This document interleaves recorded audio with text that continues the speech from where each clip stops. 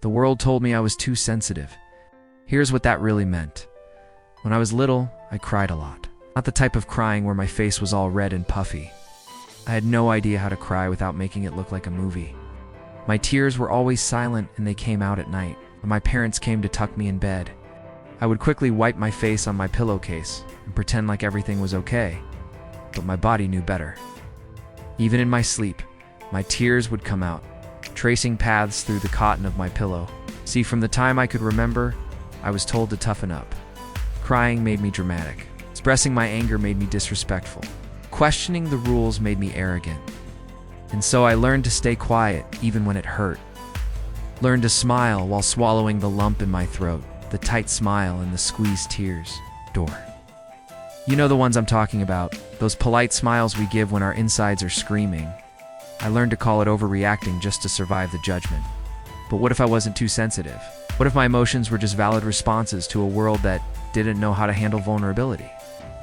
I wasn't weak for feeling things deeply.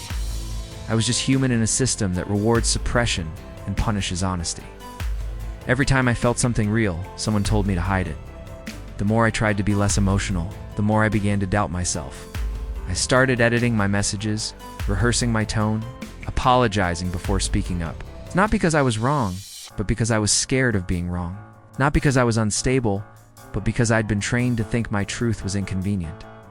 I'd been gaslit into believing that emotional intelligence was a flaw, not a strength. But here's the truth. The world doesn't need more people who stay silent to keep things comfortable. It needs people who name what hurts, who cry when something is wrong, who call out injustice, even if their voice shakes. Sensitivity is not the problem. It's the foundation of empathy, creativity, and real connection. We cannot have real connection without first having the sensitivity to pick up on the feelings in the room, both our own and others.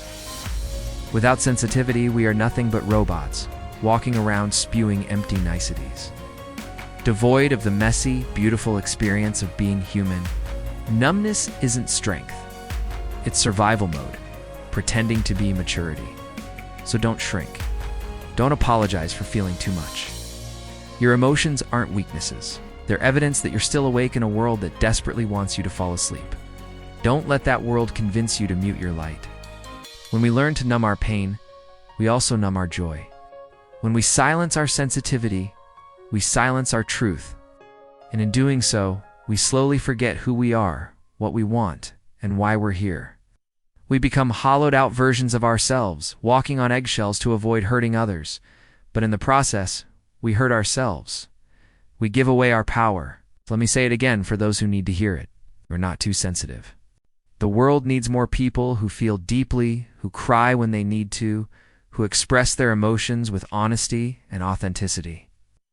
The world needs you to speak your truth, even if your voice shakes. I know it's scary to speak up. I've been there. But when we do, we open ourselves up to a world of possibilities. We attract people who respect us. We create space for real connection. And we become the change we want to see in the world.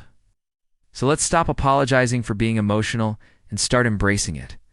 Let's stop worrying about being too sensitive and start listening to our intuition. Let's stop shrinking ourselves and start owning our power. Let's stop pretending to be something we're not and start being the beautiful, authentic people we are. Because the world needs us to shine. And when we do, we light up the lives of everyone around us. If you resonated with this piece, please hit the like button. Thank you for watching, and I'll see you next time.